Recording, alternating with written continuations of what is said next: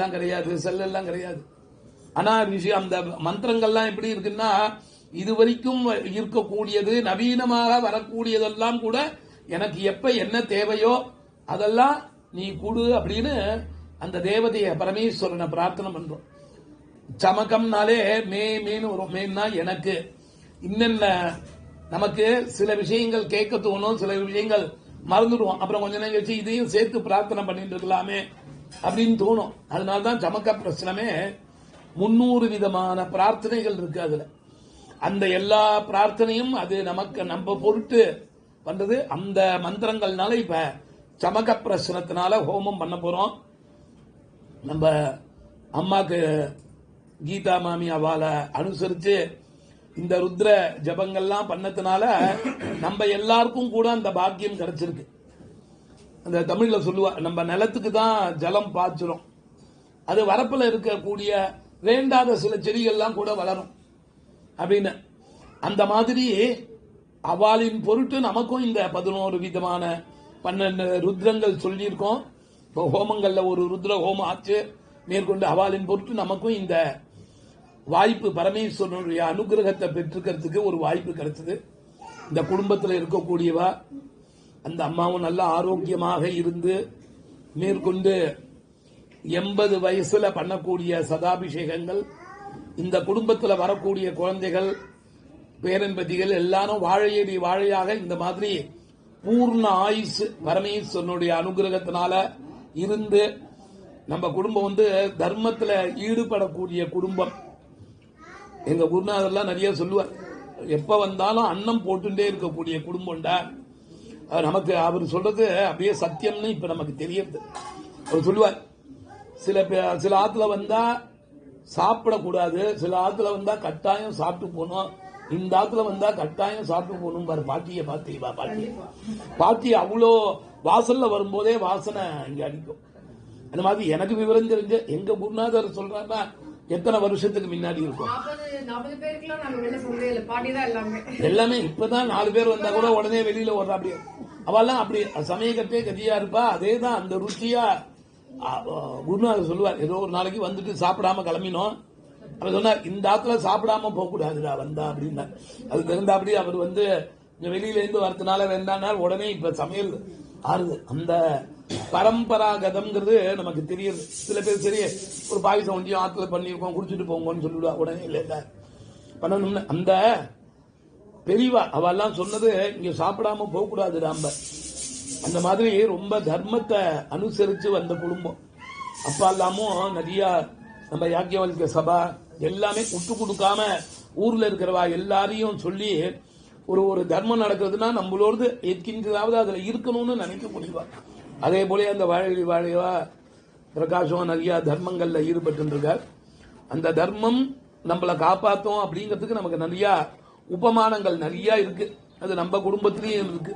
அதனால எல்லாரும் அந்த பரமேஸ்வரனுடைய அனுகிரகத்தினால நமக்கு முன்னாடி போய் நிற்கும் இந்த அனுகிரகம்.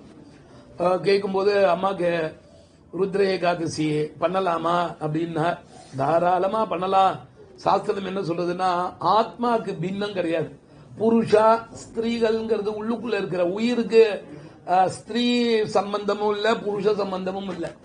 நம்ம சரீரத்துக்கு வேணா இருக்கே தவிர உள்ளுக்குள்ள இருக்கிற உயிருக்கு இல்ல. அதனால தாராளமா அவளுடைய ஆரோக்கியத்தை பிரார்த்தனை பண்ணிட்டு தாராளமா நம்ம பண்ணலாம். அதெல்லாம் தோஷம் இல்ல. ரொம்ப விஷயம் தெரிஞ்சவாலே தன்னுடைய அம்மாக்கெல்லாம் அப்படி பண்ணியிருக்கா. அதனால என்ன அப்பா இல்லையேங்கிறதுக்காக கேட்டா.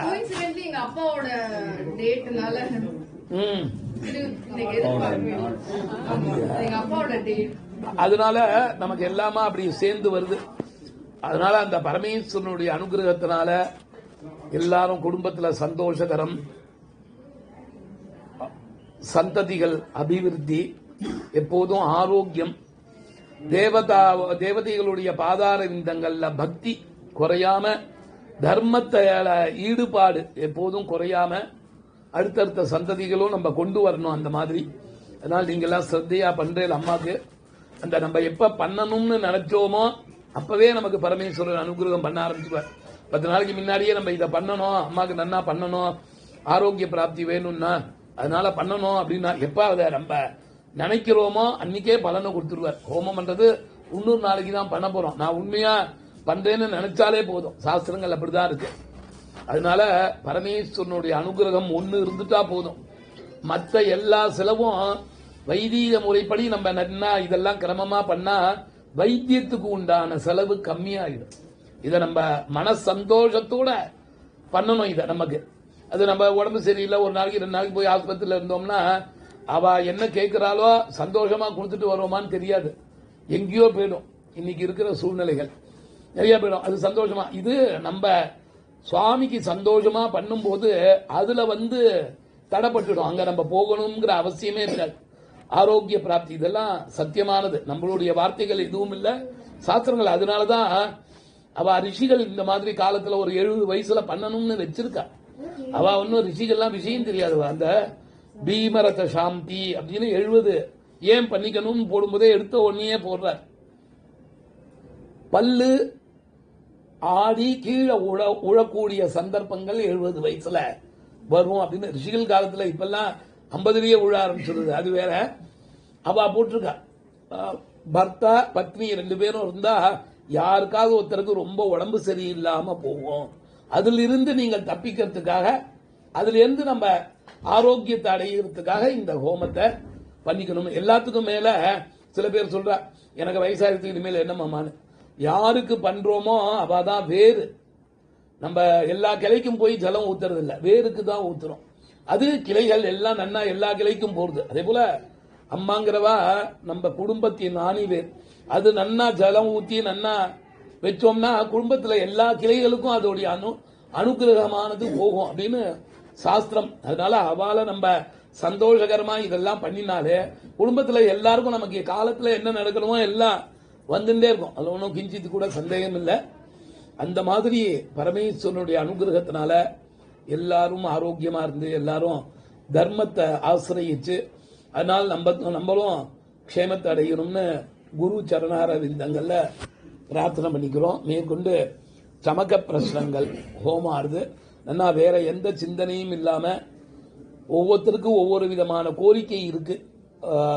பகவான்கிட்ட நிறைய நமக்கு கோரிக்கைகள் இருக்கு. அதை மனப்பூர்வமா பிரார்த்தனை பண்ணிங்கோ. சமக்க பிரச்சனத்தினால ஹோமங்கள் ஆறுது. எல்லாரும் எல்லா விதமான நன்மைகளையும் அடையணும்னு பரமேஸ்வரனை பிரார்த்தனை பண்ணிக்கிறோம். ஹர ஹர நம பார்வதி பதயே யோகீஸ்வர யாக்ஞவல்க்ய சத்குரு மகராஜ் கீ.